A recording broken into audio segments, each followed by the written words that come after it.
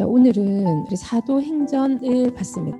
나아가서 자기의 일을 자기가 왜 이렇게 지금 되었는지를 이제 변호하는 장면입니다. 이 얘기 와중에 이 유대인의 얘기와는 너무 다른 이야기를 하는 겁니다. 이 유대인들은 하나님은 우리의 것이라고 생각하는 거죠. 하나님은 우리 민족만을 위한 것이고 우리만을 위한 것이라고 생각합니다. 하나님은 전 인류를 위해서 생각하시고 거기에 첫 열매로 첫 모델로 유대인들을 사용하신 것, 이스라엘이라는 나라를 사용하셨는데 이제는 이제 모델이 됐으면 어떻게 돼야 돼요? 모델이 됐으면 전 세계적으로 하나님의 나라와 일을 전파하는 일을 해야 됩니다. 근데 이들은 자기들의 소유이기 때문에 다른 사람과 나누면 안 된다고 생각했어요. 그래서 이들이 나누려고 할 때 사도 바울을 제지하기 시작합니다. 왜 이방인들에게 전하냐? 이방인들은 우리랑 다른 종족들이다. 그래서 이방인들을 하대하기 시작하죠. 아니, 선민사상은 좋아요. 얼마나 좋아요? 우리는 하나님께 선택받은 사람이다.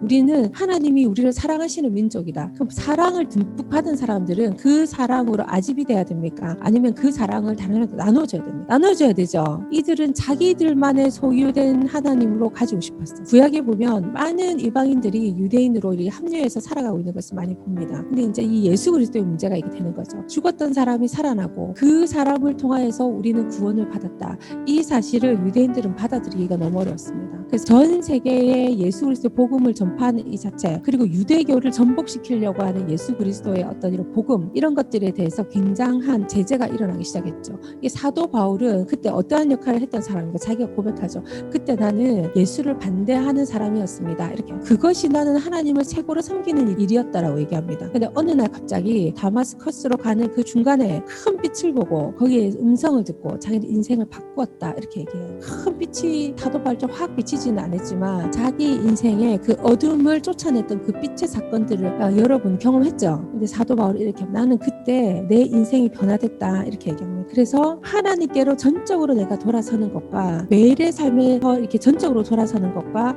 주님을 전하는 것으로 자기 인생이 완전히 변화됐다. 그 순간에.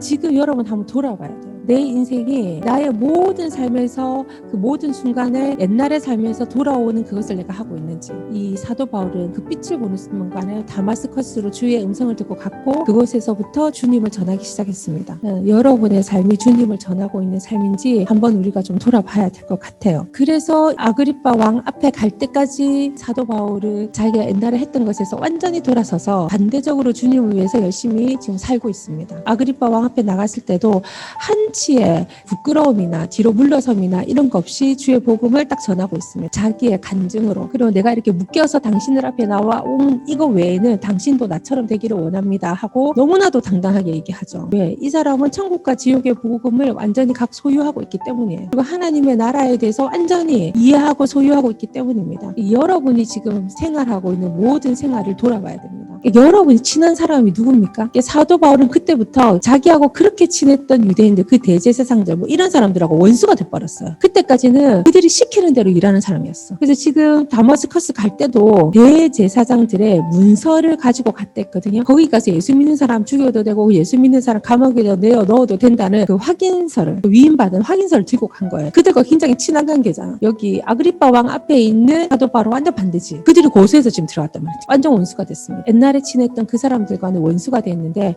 새로운 사람들과 친구가 됐죠. 목숨을 같이 나누는 관계가 된 거예요. 그들이 누구예요? 예수 믿는 하나님의 시민. 이게 착하다 안 착하다 하고는 상관이 없어요. 인격적이다 아니다 하고는 상관이 없어요. 근데 지금 바울이 아그리빠 왕 앞에 가게 된 이곳은 아무나 갈 수 있나? 로마 시민권자이기 때문에 아그리빠 왕 앞에 갈 수 있어요. 그래서 이 사람은 시민권 여기에 대해서 그 의미를 잘 알고 있습니다. 자기는 그거를 모르고 함부로 그냥 예수 믿는 사람들 다 잡아넣었는데 나중에 보니까 이들이 하나님의 시민이야. 자기는 로마 시민인데도 이만큼 대접을 받는데 하나님의 시민이면 엄청난 고난을 갖고 있다는 거지. 그래서 이제는 자기는 그 하나님의 시민권자, 그 하나님의 시민들과 같이 서기로 마음을 먹은 거예요. 근데 겉으로 그냥 보기에는 하나님의 시민권자들은 너무 약해 보이고 아무 힘이 없어 보이지. 세상 사람들은 힘이 있어 보이지. 그냥으로 보면 대제사장 편에 서는 게 훨씬 좋은 거야. 사람 잡아 가둘 수도 있고. 근데 이제 영적인 눈을 딱 뜨고 천국과 지옥을 아는 자기는 미천해 보이고 없어 보이지만 힘이 없어 보이고 늘 당하는 것 같지만 나는 이 땅의 인생은 7, 80이면 끝나기 때문에 나는 하나님의 시민자들과 함께 가겠다라고 연대를 한 겁니다. 여러분 지금 어때요? 여러분은 하나님의 시민권자랑 같이 가도록 마음이 연대가 돼 있습니까? 그 나라를 세우려고 마음이 연대가 돼 있습니까? 아니면은 세상이 좋아 보이고 재밌는 사람이 좋아 보이고 아직도 그래가지고 이쪽에 서 있습니까? 우리가 그들과 관계 안 할 수 없습니다. 이 지금 사도 바울이 한 것처럼 아그리파 왕 앞에 가서도 당당하게 당신은 하나님의 나라를 알기를 원합니다. 나처럼 되기를 원합니다. 근데 포성에 묶여 있는 거는 조금 그렇지만 요거 빼고는 전부 다 내처럼 되기 원합니다. 우리랑 같이 연대합시다 이 말이에요.